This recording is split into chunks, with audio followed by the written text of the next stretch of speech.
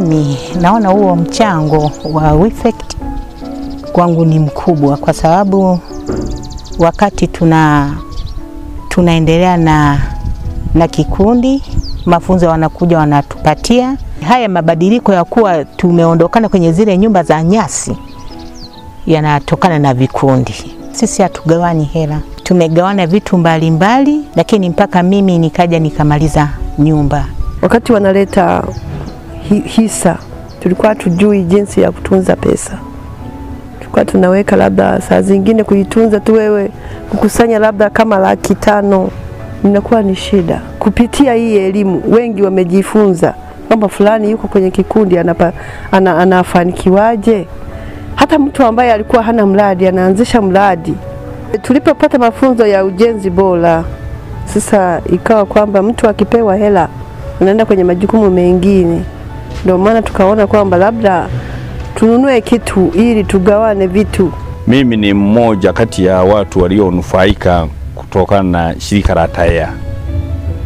Sisi kama jamii ya Masemere, kwanza tulikuwa tunaishi kwenye nyumba zilizoezekwa kwa nyasi, zimejengwa kwa miti na kuezekwa kwa nyasi. Baada tu ya miezi miwili, ile elimu tuliyopewa, tuliona kumbe tulichelewa sana. Zamani ilikuwa ukitaka kukopa hata laki, lazima uweke dhamana shamba au nyumba.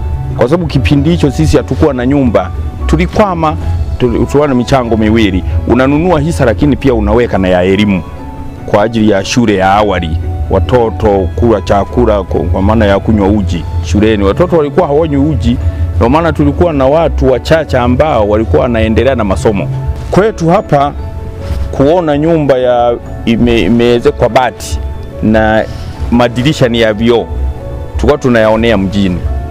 Lakini mimi nilikuwa wa kwanza kabisa kwenye mtaa huu kujenga hii nyumba na kuweka vioo kama inavyoonekana.